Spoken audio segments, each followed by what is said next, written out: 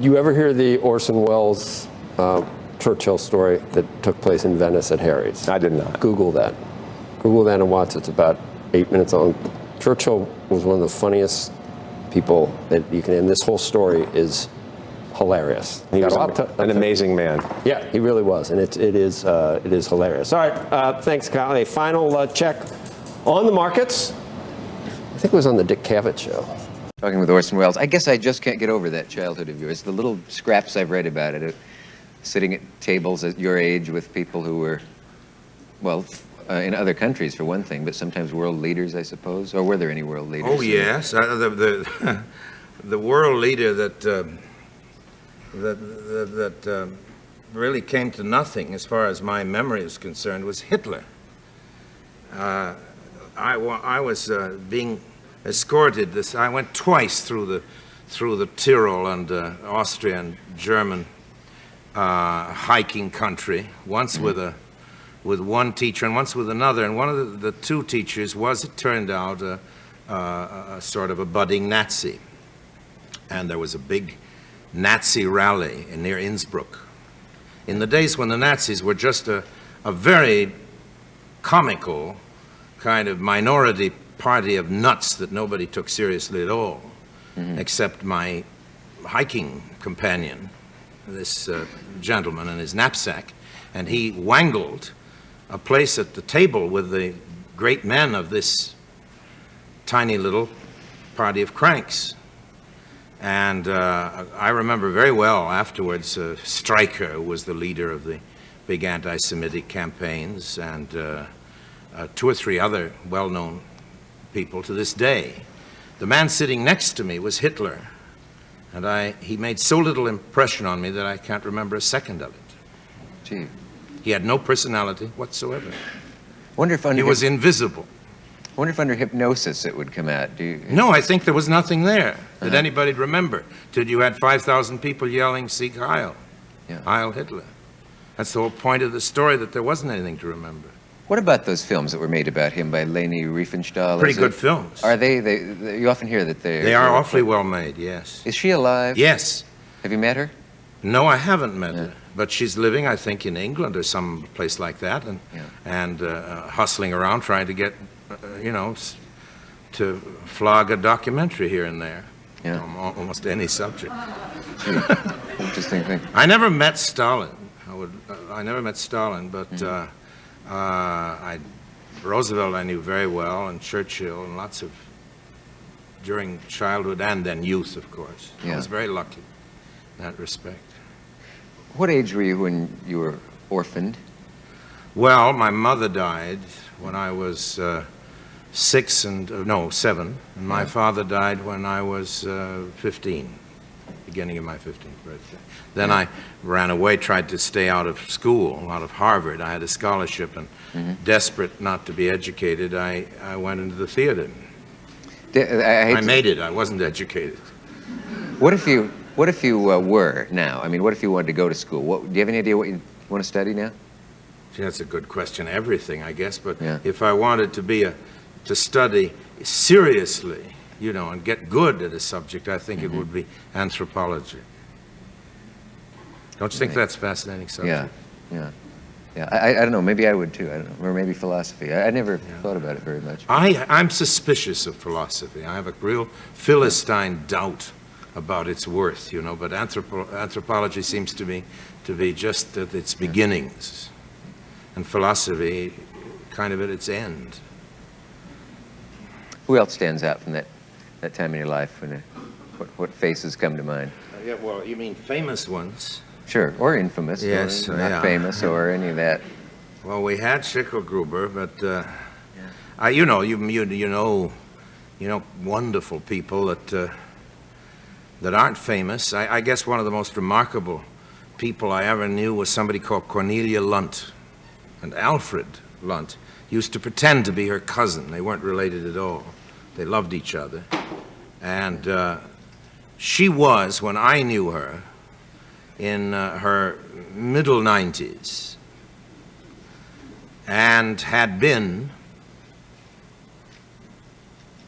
a hostess of great importance, although very young, in the Civil War, in America and knew intimately all the great names of the Civil War. I could tell you all about what Lincoln said and what my great-grandfather Gideon Welles said, who was Secretary of the Navy in the Cabinet. And she was a great kind of raconteur on the Civil War. And then she went over to London, where she was at the American Embassy, and where she knew everybody in England. All those fabulous people that seemed to have been dead for 200 years, you know, in the Victorian age. Yeah. And it was, you could only get her to tell about these things with great difficulty. She didn't go on and on like I do. You had to drag it out of her, and she was delicious. She was an old lady who, when she gave a big party, sat on a little stool, and she gave you a big chair. If you can imagine an old lady like that. She was very beautiful. Must have been not so beautiful when she was young, but one of those people that old age glorifies. And she had a little bell. And when she wanted everybody to be quiet so she could say something, she'd ring her bell. And then we'd all be quiet, and she'd make her little statement, then ring it again, and everybody could talk again. And she's one of the great people I've known, you know, as great, certainly, as Churchill or Roosevelt or George Marshall, and I suppose Marshall is the greatest man I ever met. Really? Yes, I would think so. What would you admire about him above everybody else? Human being. I think he's the greatest human being who was also a great man, whom I was ever privileged to meet. Have you known some that were... Can I tell a little story about him? Certainly. We'd been campaigning for Roosevelt, not George Marshall, but some of the rest of us, and one of our rewards when he got in again, one of those many times that he did, was to go to a big party of very big brass and sit on the dais and be treated as though we were part of the high command, just for one night. And there were all these tremendous names from the Second World War. 2 or 3 civilians. Truman, the vice president, who was playing the piano. We were rather embarrassed about that because he didn't seem to be awfully good on the piano. And we didn't know that he was going to be a great president, you see. I see.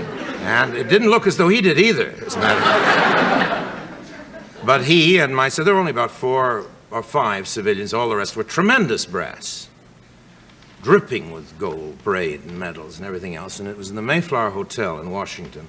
And a door opened. And GI, more innocent looking than anything you could possibly imagine and younger than anything you could dream of, stuck his head in. At the moment when General Marshall happened to look toward the door, and the boy looked at him, he said, "Gee, General Marshall, can I come in and say hello to you?" Marshall said, "Yeah, come in." And Marshall didn't know anybody was watching. This wasn't a grandstand play. I was in a position, my camera was angled, so he didn't know he was getting photographed in anybody's film of memory. Yeah. And he took the boy aside, away from everybody, and sat down with him. And I heard as he went that the boy had been away from home, and the boy recognized Marshall as somebody like a family. Now this was the commander of all the Allied forces. And he sat with this boy without any grandstanding at all, and just put him at ease and made him feel at home again for half an hour and left all the rest of us. He was that kind of fellow. I wonder what the difference is between a man like that and the ones who are impressive publicly but couldn't be bothered to talk to anyone that isn't important to them or flattering. Well, I don't know. Those kind of people are all second-rate, who can't be bothered at all, ever. Yeah. But there are those who can't be bothered sometimes.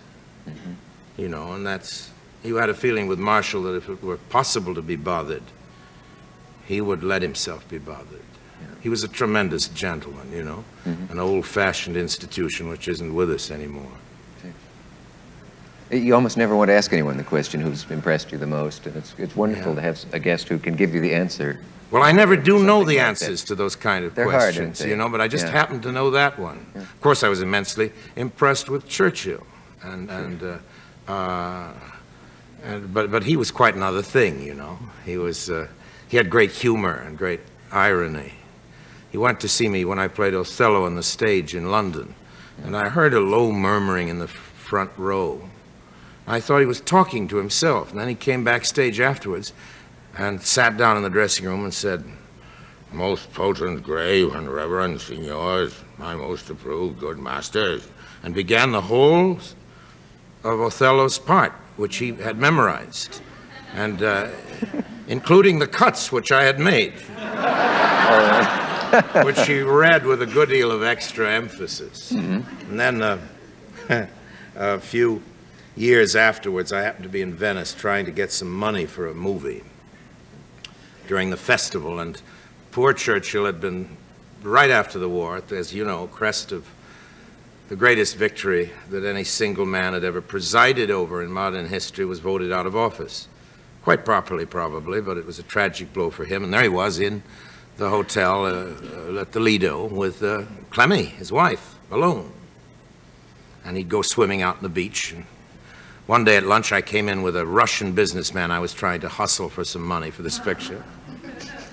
And as we passed Mr. Churchill's table, Mr. Churchill saw me and made that little gesture, and the Russian went out of his mind. This is a white Russian, not a red Russian. This is a you know, a hustling semi-Armenian Russian. And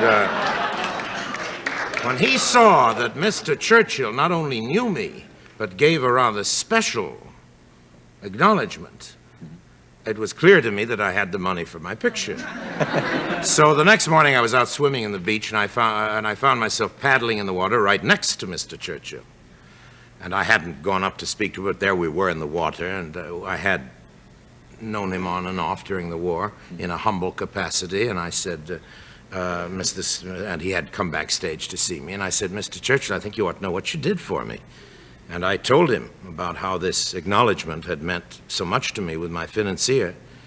And that day at lunch, I came in with a financier again, and Mr. Churchill rose from his chair and bowed.